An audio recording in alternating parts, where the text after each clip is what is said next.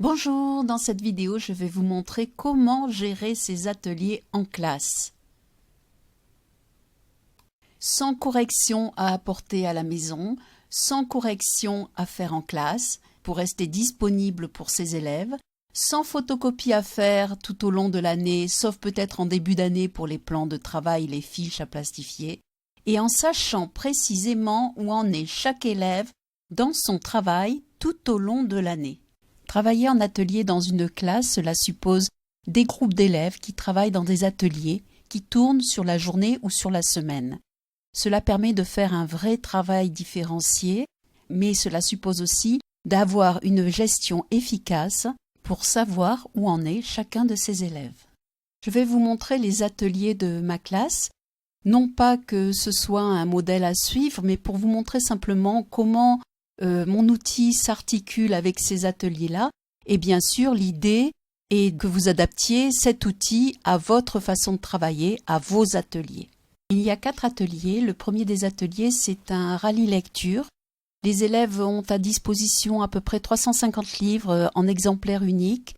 Au bout d'une semaine, l'élève décide s'il fait ou non le rallye lecture. Les fiches sont plastifiées, l'élève fait son questionnaire sur un petit bout de papier et vient se faire corriger. Vers la mi-novembre, à peu près quand les élèves sont habitués au travail, je leur propose aussi un rallye écriture qui se fait le même jour que le rallye lecture, avec une 50aine de fiches qui sont des amorces d'écriture et qui comprennent également le texte libre. 2 groupes dans la classe travaillent sur leur plan de travail, c'est-à-dire font des fiches en français et mathématiques. Ces fiches sont plastifiées, les élèves mettent la référence sur une feuille de classeur.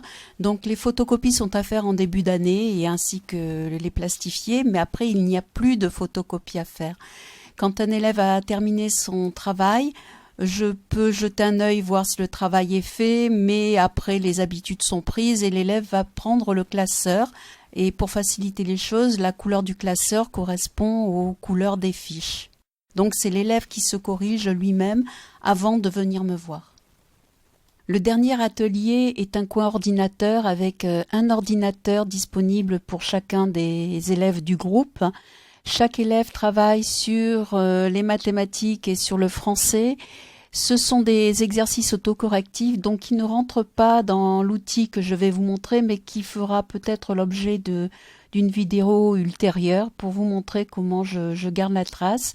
Et aussi, les élèves peuvent, s'ils ont bien travaillé, aller sur des logiciels de dessin. Voilà, mais nous n'en parlerons pas plus ici. Voilà, maintenant que les présentations sont faites, il est temps d'aller découvrir cet outil que je vous propose, que vous pourrez adapter et qui va vous faciliter grandement la vie, comme il facilite la mienne au quotidien.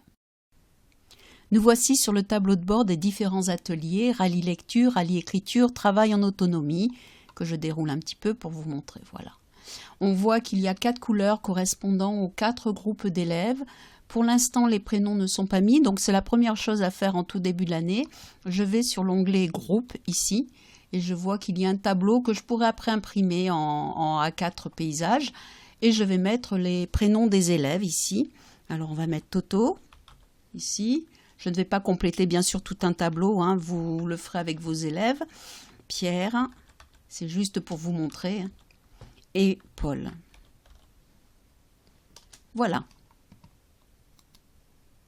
Je reviens sur mon tableau de bord des ateliers ici et je peux commencer à travailler. Donc ce tableau de bord, je l'ai sur mon écran d'ordinateur et je peux y revenir aussi souvent que nécessaire.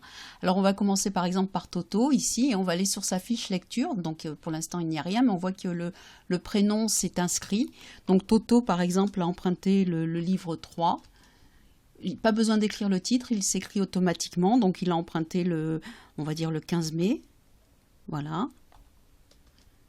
Et il ne l'a pas encore rendu, il va me le rendre la semaine suivante et il va choisir par exemple de faire le rallye lecture, donc je ne sais plus ce que j'ai mis, oui c'est le 3, ici. Donc moi j'ai l'écran que je vois mais l'élève ne le voit pas. Ici j'ai la solution du rallye lecture, donc j'écoute Toto qui me donne les résultats de son questionnaire. Et ensuite je vais écrire le nombre de points, par exemple Toto a eu 15 points sur la totalité, ce qui représente 71%, c'est calculé automatiquement et je vais dire qu'il a rendu son rallye lecture la semaine suivante comme ceci.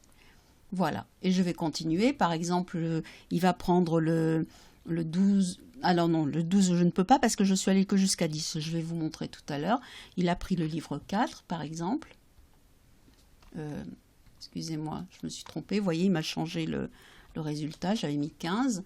Ici, il va prendre le livre 4. Voilà, le Petit Prince. Il a pris le 22, 5.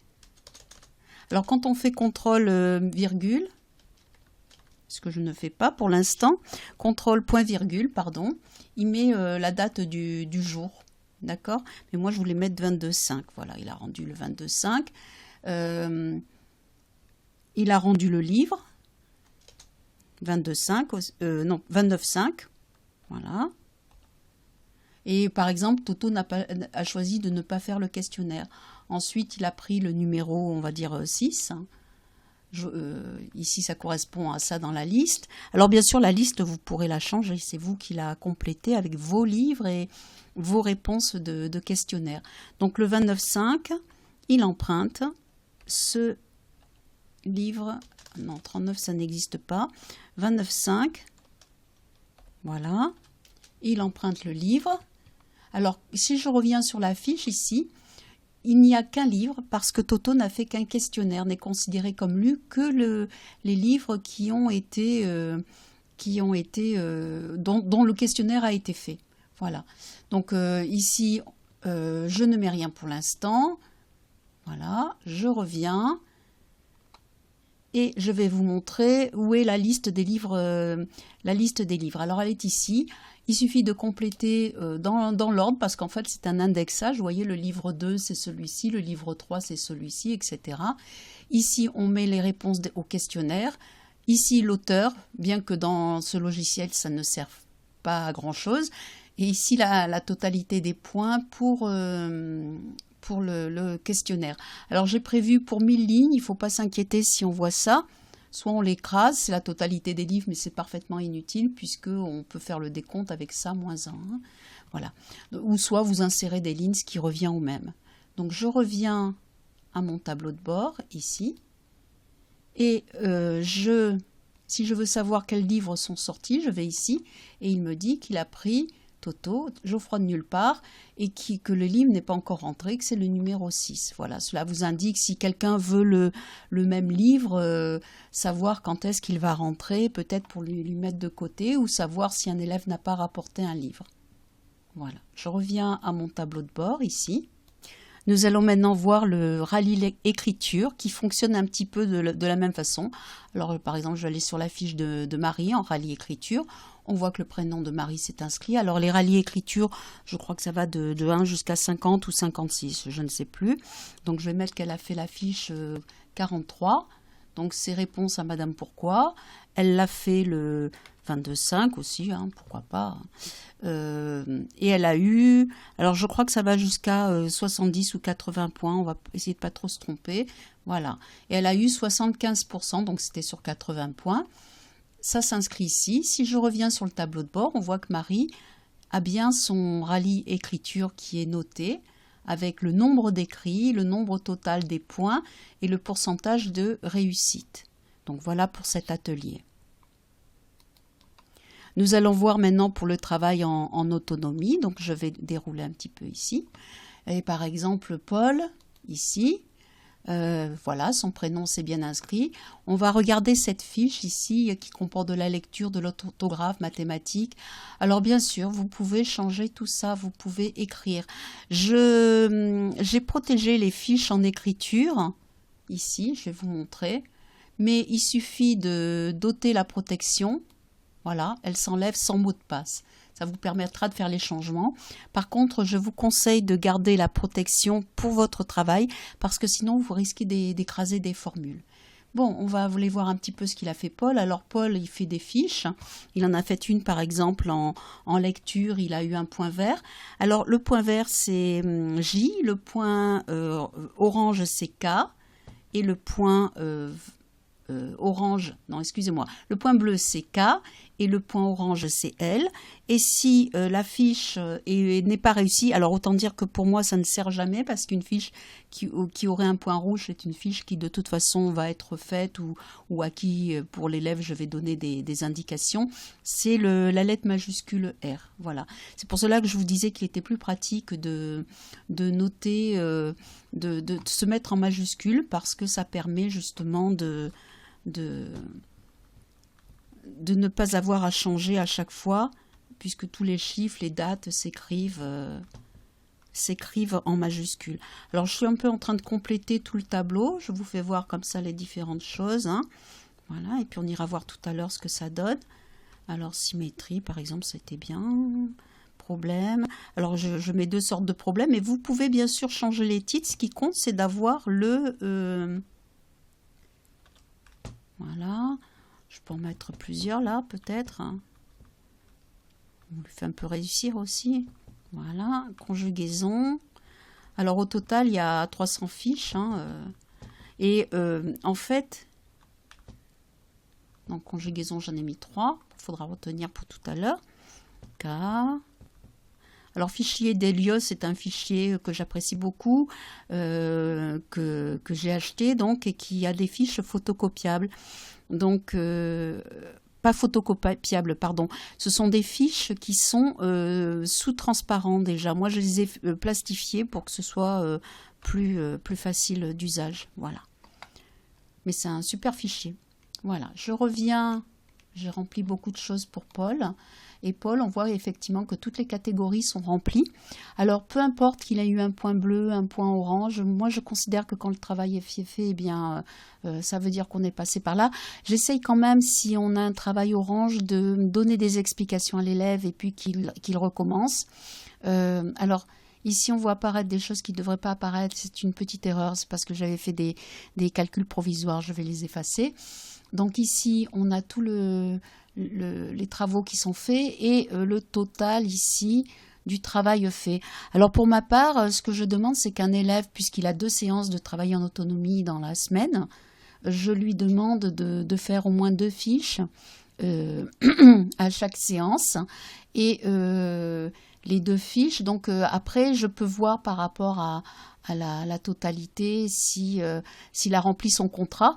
Je ne donne pas de contraintes, c'est-à-dire que les élèves au début font ce qu'ils veulent, mais par contre, si on ne fait que de la géométrie, que de la lecture, je vais demander à ce qu'on balaye un petit peu tous les ateliers. Voilà, je vais terminer en vous montrant une fiche. Ici, vous voyez plan de travail. On va y aller. Et en fait, c'est juste la fiche à imprimer pour les élèves. Et en fin de période, j'inscris mon commentaire, le nombre de travail effectué et le commentaire. Alors, je le fais manuellement, mais c'est très facile quand on est en atelier. C'est immédiat, c'est sous les yeux. Et ici, il y a un petit papier que je fais coller dans le cahier qui est dédié aux écrits. Et comme ça, l'enfant peut garder la trace de son travail en écriture. Voilà, c'est terminé pour ma présentation de la gestion. On voit que c'est très simple, que la navigation est tout à fait fluide. Alors, où se trouve cette gestion des ateliers? Elle se trouve dans l'agenda du prof 2.0 ici, que j'ai déjà fait une vidéo par rapport à ça. C'est dans la partie atelier, vous voyez, je reviens ici, et là, je reclique. Donc, c'est dans l'agenda du prof 2.0 qui est téléchargeable gratuitement à l'adresse que je vais vous donner sous la vidéo. Tout est gratuit. Vous n'êtes pas obligé d'utiliser les parties tout ensemble. Vous pouvez très bien garder la partie atelier, par exemple, je ne sais pas, autre chose qui vous fait plaisir, le cahier d'appel. Mais vous allez dans le dossier atelier et vous lancez la première fiche qui est le bibliogroupe.xls. Je rappelle que dans ces ateliers, aucune fiche n'est protégée. Pour enlever la protection, je fais ôter la protection. C'est pas plus difficile que ça. Donc vous pouvez faire des ajustements. D'ailleurs, on voit que la fiche est déprotégée puisqu'il y a les petits onglets. Je vais la protéger. Donc je fais protéger le classeur, protéger la feuille active. voilà, sans mot de passe. Cela vous permet d'y rentrer. Si vous vous connaissez un petit peu en Excel, eh bien ça permet aussi de modifier un petit peu le logiciel. J'ai juste oublié de vous montrer une petite chose qui est sur mon fichier mais qui n'est pas sur le vôtre parce que je n'ai pas vos fiches. Donc je retourne ici et je vous montre ça. C'est-à-dire qu'en fait, moi, pour chacun ici, il me dit que c'est impossible parce que j'ai enlevé les fiches, mais j'ai mis les fiches de correction. Donc quand un élève me parle de la fiche 4 ou de la fiche 17, etc., cela s'affiche et je n'ai pas besoin d'aller regarder les originaux. Voilà. Donc ça, c'est une très bonne chose. Je vous invite à refaire les liens. Alors, comment on fait les liens sous Excel? Alors déjà, il faut déprotéger la feuille. Je ne sais plus où je suis là. Est-ce que je suis dans la 14? Non, je suis dans la 19. Je vais aller la déprotéger ici. Voilà. Je retourne. Je fais un clic droit de la souris, modifier le lien hypertexte et vous pouvez aller chercher dans vos dossiers ici votre fiche de travail. Donc je vous conseille de faire des dossiers et après vous faites les liens. Alors c'est un petit peu pénible, mais une fois que c'est fait pour toutes les années suivantes. Si vous gardez ce modèle, il suffira juste d'enlever, d'effacer ou de garder carrément un fichier vierge en début d'année et puis de retravailler et vous n'avez pas besoin d'enlever les prénoms des élèves. Voilà, j'espère que cette vidéo vous aura plu. Si ça vous a plu, vous mettez un pouce levé. N'hésitez pas à le télécharger, n'hésitez pas à laisser des commentaires et n'hésitez pas à poser des questions. Il est possible qu'il y ait des petits ajustements à faire, donc vous n'hésitez pas non plus à aller jusqu'à la rentrée, voir si vous avez bien la dernière version. Je vous dis au revoir.